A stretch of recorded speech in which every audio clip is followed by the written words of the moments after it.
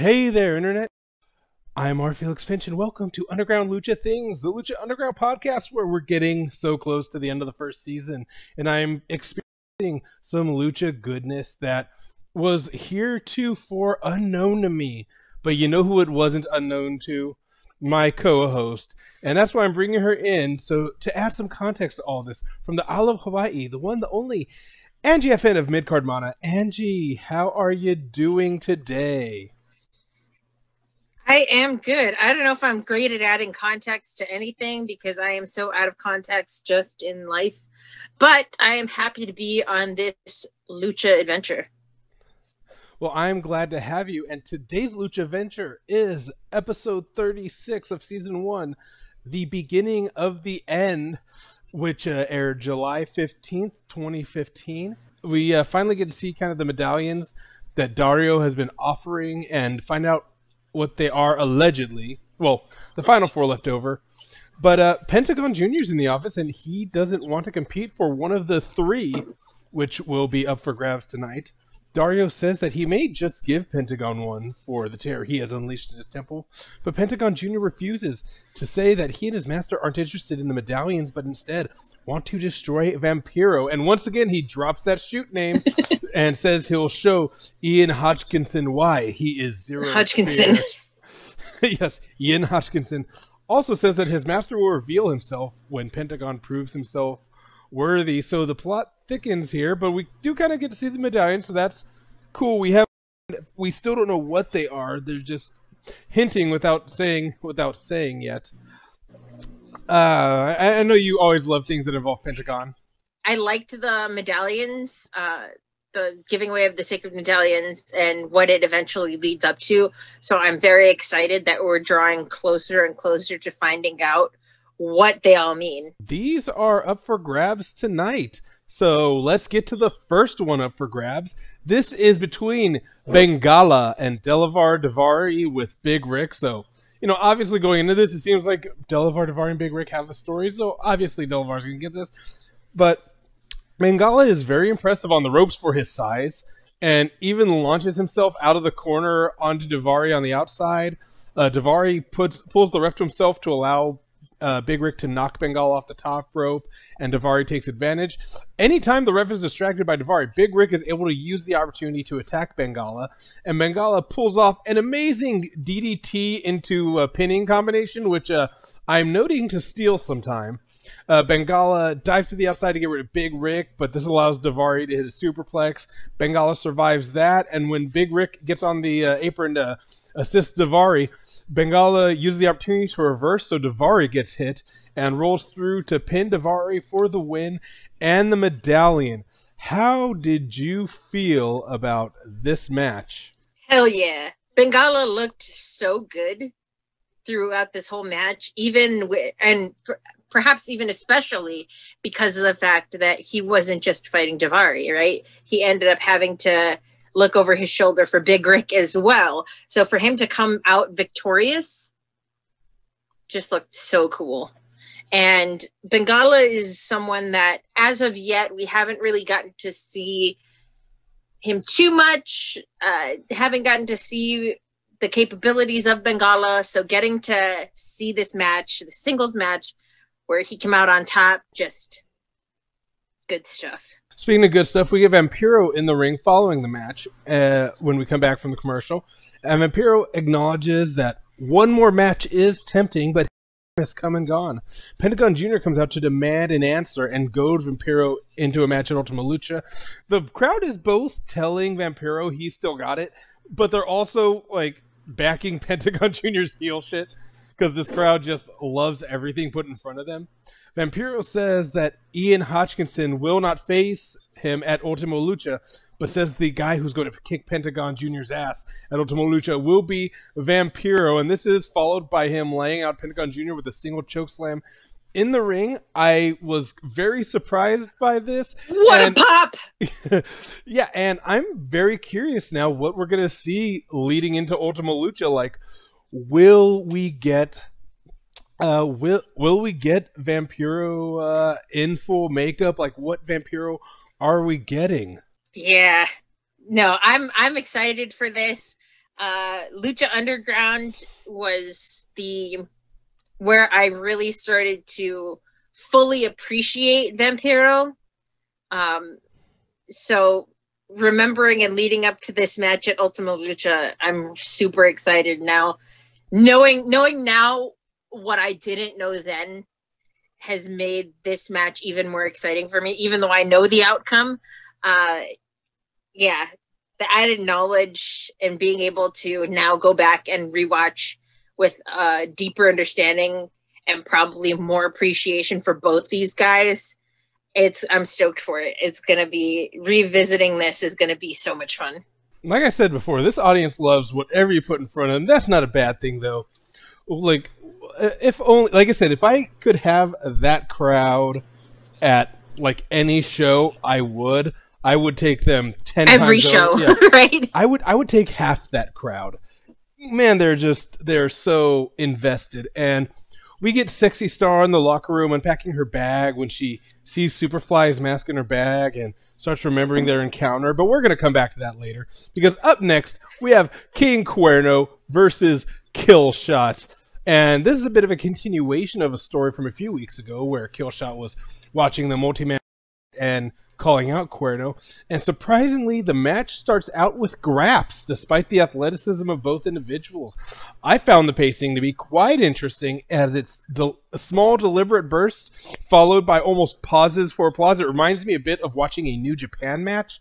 And even when the fighting goes to the outside, the moves are meticulously chosen for maximum effect. And it felt good because the commentary then also brings up, because, by the way, I write these notes live as I watch it. So it feels good that the commentary also brings up the pacing, comparing it to the opening rounds of a boxing match. And we finally get some Lucha Things with a reverse Rana on from Cuerno to Killshot. And Cuerno gets the win with a Mexican surfboard dragon sleeper and earns the next medallion. How did you feel watching this? That finisher, that Mexican surfboard dragon sleeper, was dope. Also interesting, when I rewatched this, it was before this past Sunday. Or actually, it was this past Sunday, but it was before a certain NXT TakeOver match. So interesting to see how Killshot versus King Cuerno and Lucha Underground and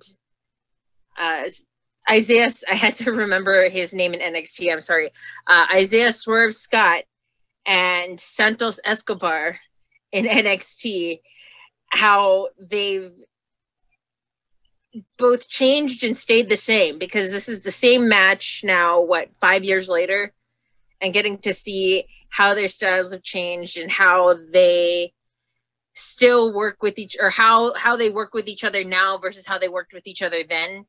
It was cool, because I watched this one first, because then I remembered actually that NXT TakeOver was going to have that cruiserweight match. I was like, oh, I'm going to watch this Lucha episode first at work, and then I'm going to also watch this.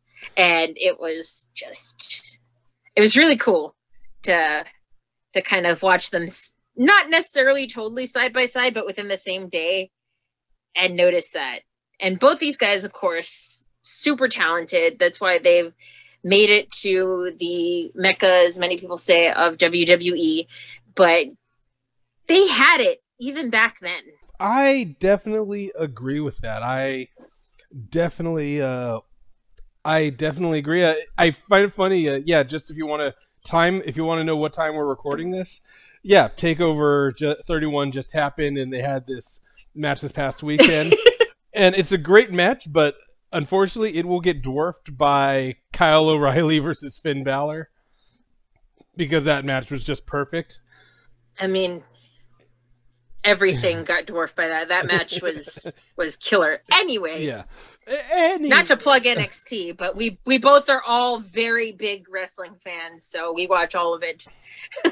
Yeah, but we have our final medallion match for the night. That is Sexy Star versus Superfly, and this is the final medallion match. It is the end of the night. I look at the clock. Oh, there's a good hefty chunk of time left for this match, so this will be good.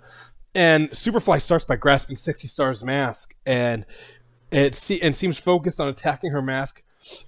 But she very quickly hits a tilt-a-whirl armbar on Superfly and gets the submission win for the medallion. This match ended so much faster than expected. So she holds up the medallion to the camera, and you can clearly see that on this medallion, I'll tell you what it is in a second, because Marty the Moth is cued to come out, and he Yes. and he asks for the medallion. He has to take a look, and she lets him look at the medallion, and he says, as he thought, it's a moth. So clearly it was from his Aztec tribe. So he wants to know. So what he wants to know is, will she be honorable and allow him to compete for that medallion so that he can return it to his ancestors? And an impromptu match begins with Sexy Star flying on the offensive, but Marty taking advantage using his superior strength. Sexy, though, is able to once again hit her Fujiwara armbar and make Marty the Moth tap out to retain her medallion. What did you think of this pair of matches? Honestly, you know how much I like Sexy Star in this, and how much I love Marty the Moth. So getting to have that moment and rewatching it again, his whole thing of like, as I expected, this is Moth, this is my tribe. I remember watching it the first time and being like, what? And then watching it now and just fucking losing it. I don't know why it made me laugh so hard, but it did. And then watching and remembering how this match went then and watching it again. I wouldn't call it necessarily a squash match, but definitely, you could tell who the real star was supposed to be there. And a nice pair of matches. Interesting for her to have put both those guys away so quickly. Who knows if that's going to be something that comes back to haunt her or not. This is absolutely true. And they run down the card for Ultima Lucha. And Dario comes out to the ring so they can have a face-to-face between Prince Puma and Mil Muertes. And they both come out without Conan or Katrina. But as Puma and Mil Muertes are face-to-face, Katrina does appear at the top of the staircase. And the Disciples of Death come out with a coffin. Prince Puma tries to get the jump on Mil, but he is overpowered until Conan comes out to use his cane on the Putty Patrol and get them out of the way. But Mil strips the cane from Conan and hits him with it. And while Mil picks Puma up for a flatliner, Conan is hit with the stone by Katrina. The Putty Patrol puts Conan into the coffin while Mil forces Puma to watch. And the casket closes before a flatliner is delivered, and Mil stands triumphant over Prince Puma. The Putty Patrol takes the casket out of the temple. And oh man, this was such a way to close the show. This was such a way to close the show. What did you think of everything overall, Angie? Woof. Notable, I want to add to that last segment, notable of, I guess, Conan, that he, again, just got the shit kicked out of him. It always hurts me to watch Conan get the shit kicked out of him, but it happens with alarming frequency. And interesting to me that not only does Mil hold up the title belt at the end, but also holds up Conan's cane that he took away. Really sort of felt solitary for Puma. And, he not only is going to take your belt, but he's gonna take your mentor. You'll be left with nothing. So that hit different, especially after the last couple of years of me watching MLW and watching Conan get the shit kicked out of him there. So yeah, definitely hit harder. The episode as a whole is good. Definitely good hype up for Ultima Lucha, reminding us of all of these things that are going on, all of these different threads that may come together at Ultima Lucha, may fall apart at Ultima Lucha. Always exciting to see my main man, Marty the Moth, and of course to see Sexy Star kick ass. And of course, Pentagon Jr., being as cero miedo as he always is. And that Vampiro match is gonna be dope. You can already tell from how much heart and soul both of them are putting into hyping it. And I absolutely agree. This was fantastic. A lot of ring action. Like, yeah, there was a little bit of story, but we had the story and the ring come together. For this. Especially loved the last bit where they kind of did the bait and switch with Marty. Well, they had a bait but no switch. I thought the final imagery was outstanding. This is going into the next episode quite well. So we've got all of the medallions are spoken for. We have everything set. We still don't know what they're for. Hopefully we find out before Ultima Lucha what they're for. But you know what? Maybe we'll find out at Ultima Lucha. Yeah. But you know what we've got up next? Penultima Lucha, which is the next episode. So for this episode, Angie, let everybody know where they can find you. All right, I am part of 2 shows based out of Hawaii. The first one, Midcard Mana. We do unboxing videos. We do some news updates. We do mostly focus on New Japan, although we have not updated in quite some time because everything's on lockdown over here, so we can't even record with one another. The second one is Valley Out Collective's Ringside. We also haven't recorded in a while, but we do focus on the goofier side. Why GOD's the best tag team. If we had a finisher, why would it be the back rake? And of course, on social media, I am Fumiko Mega, pretty much anywhere. And you can find me here at youtube.com/FriscoFlame. You can find us pretty much anywhere you want to go. You can find me as Frisco Flame, or you can find me as R. Felix Finch. You can go to Etsy, look up Underground Lucha Things. There's one piece of merch, and you know what? I think I'll do something special for that piece of merch a little later, but I'm not going to say right now. And overall, I would just like to say that for myself, for Angie, peace out, party peoples, and see you next time with another episode of Underground Lucha Things. Bang, bang.